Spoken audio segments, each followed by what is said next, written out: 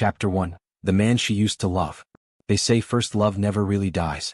And maybe that's true, because sometimes, it haunts you instead. We met in high school, awkward teenagers with too much hope and not enough fear. She was quiet, always buried in a book, while I was the class clown trying to make her smile.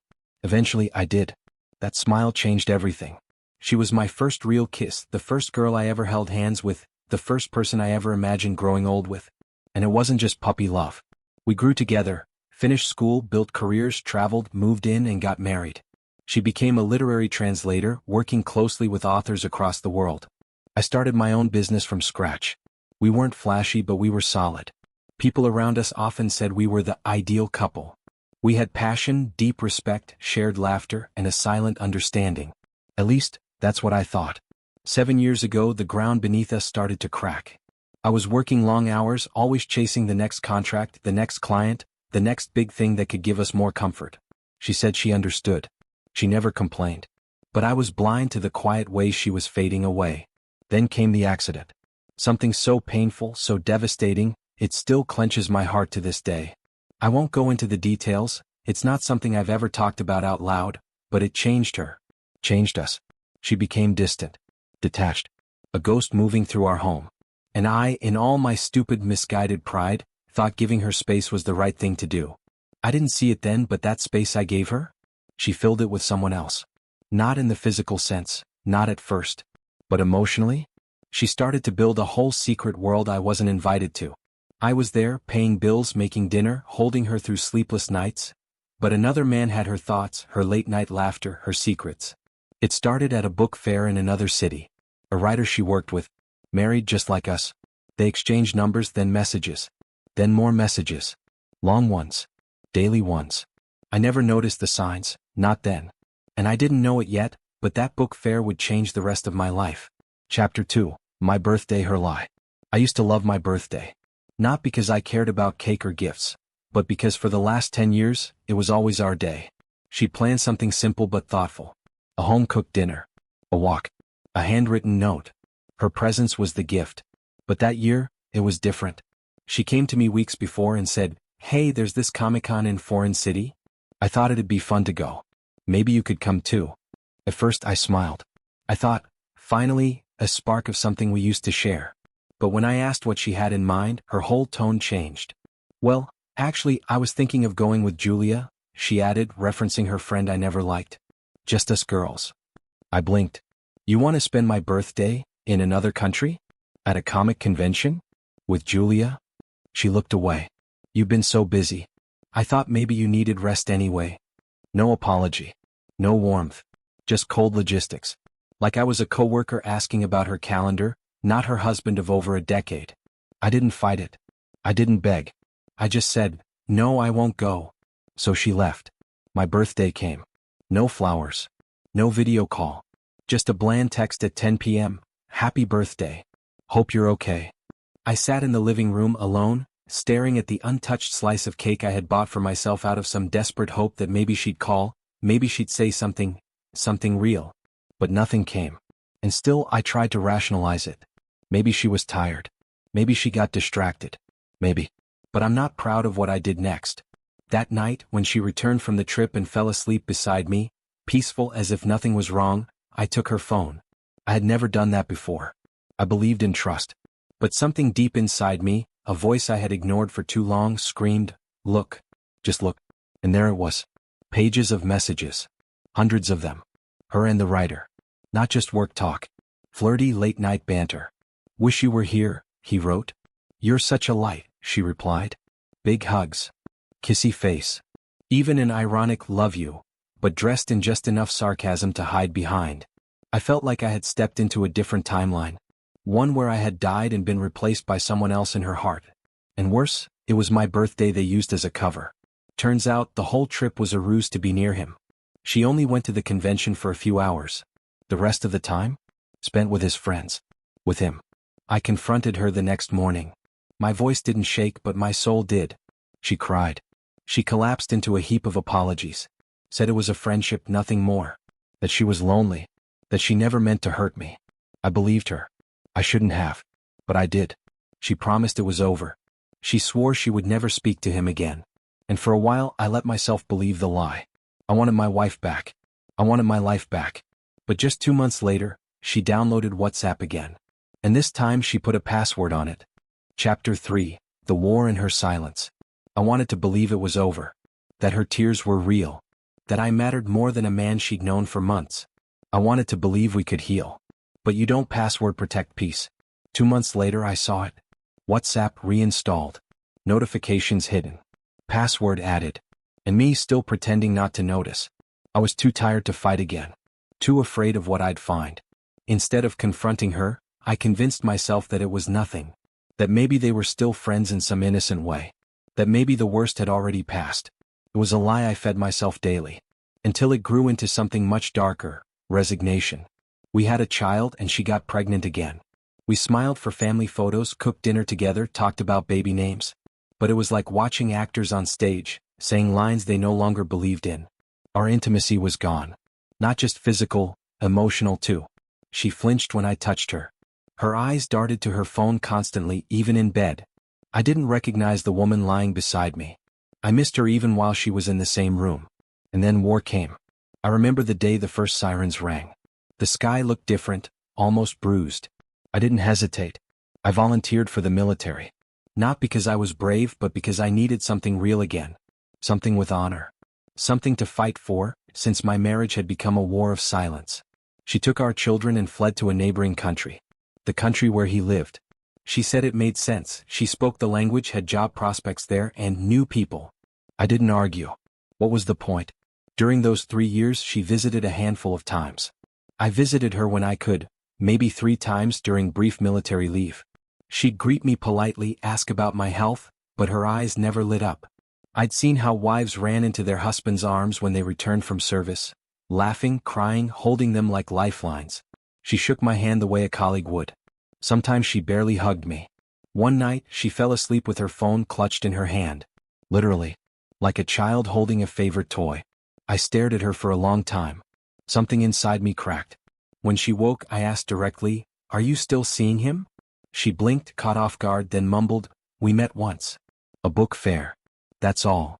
But her story was clumsy. Her words didn't align. So I pushed harder. And finally she confessed. They had met several times. Not once. Not twice. At least 6 times, she admitted. One of those times was at our house. While I was fighting in the mud, in the cold, with gunfire over my head, she was hosting him in the living room where our kids played. I asked if it had become physical. She swore it hadn't. Said she didn't find him attractive. Claimed it was just tea, just conversation, just help. That he was a good listener. I told her to delete everything. She did. His number. Their chats. Their history. She said she'd come home. Start over. But I couldn't stop the images in my head. Him sitting at my dinner table. Him helping her unpack books. Him making her laugh while our kids napped in the next room. She said she owed him. That he helped when no one else did. But I couldn't help but ask myself, and where was I in all that? What did I fight for if not her? Chapter 4, Her Old Phone, My New Nightmare. She came home for a weekend, not long after her last promise. It was the first time in years that she touched me like she used to, held me in the quiet moments, let her head rest on my shoulder without flinching.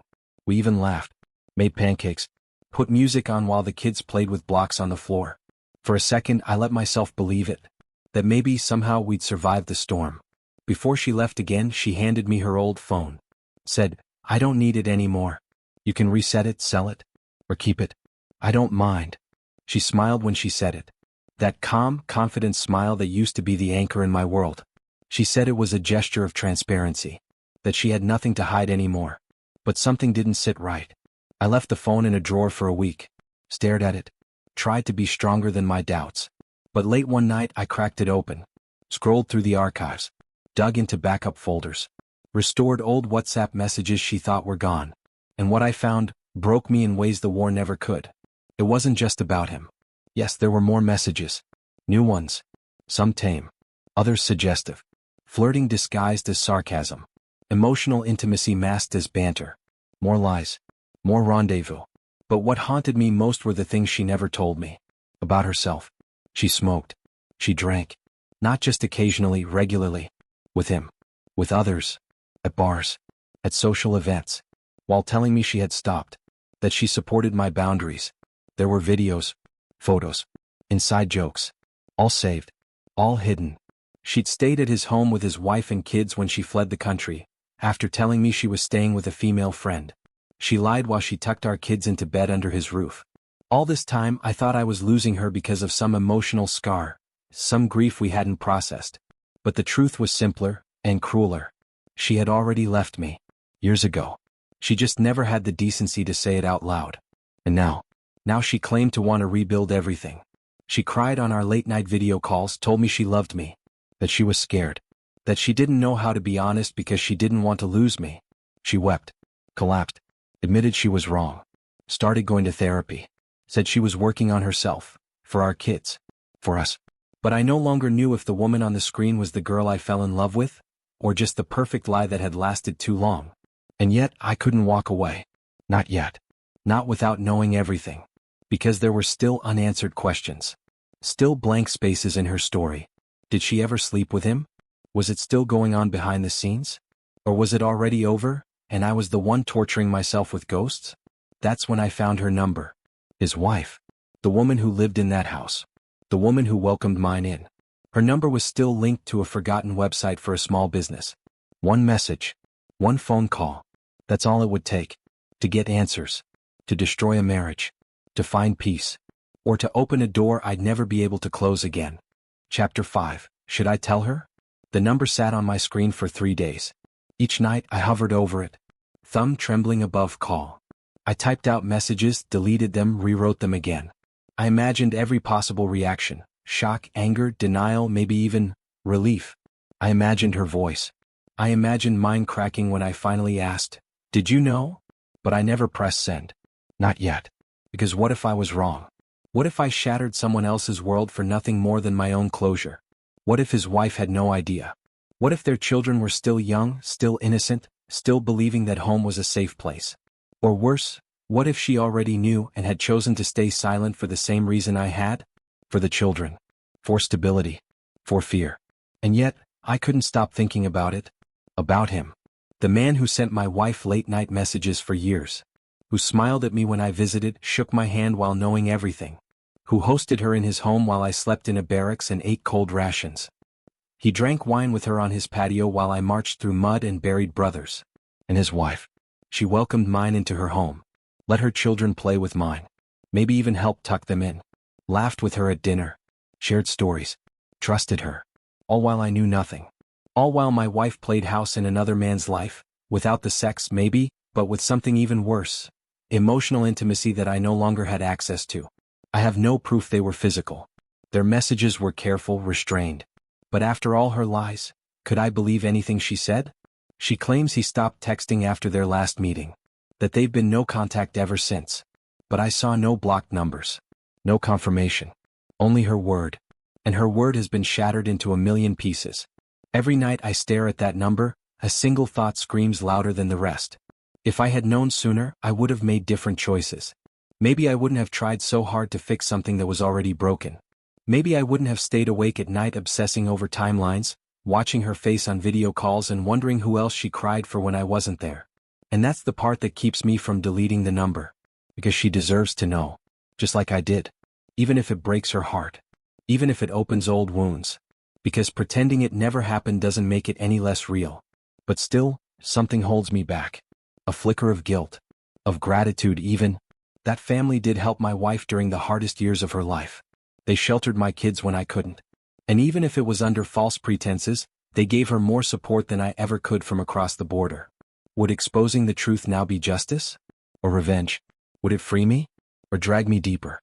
Last night, I sat on the edge of the bed with the phone in my hand again. My wife was asleep beside me, her breathing soft, her face peaceful for the first time in weeks. She looked like the girl I once knew. But I didn't feel like the man she once loved. And I realized, maybe that's the real betrayal. Not what she did. But who I've become, chasing the truth she buried.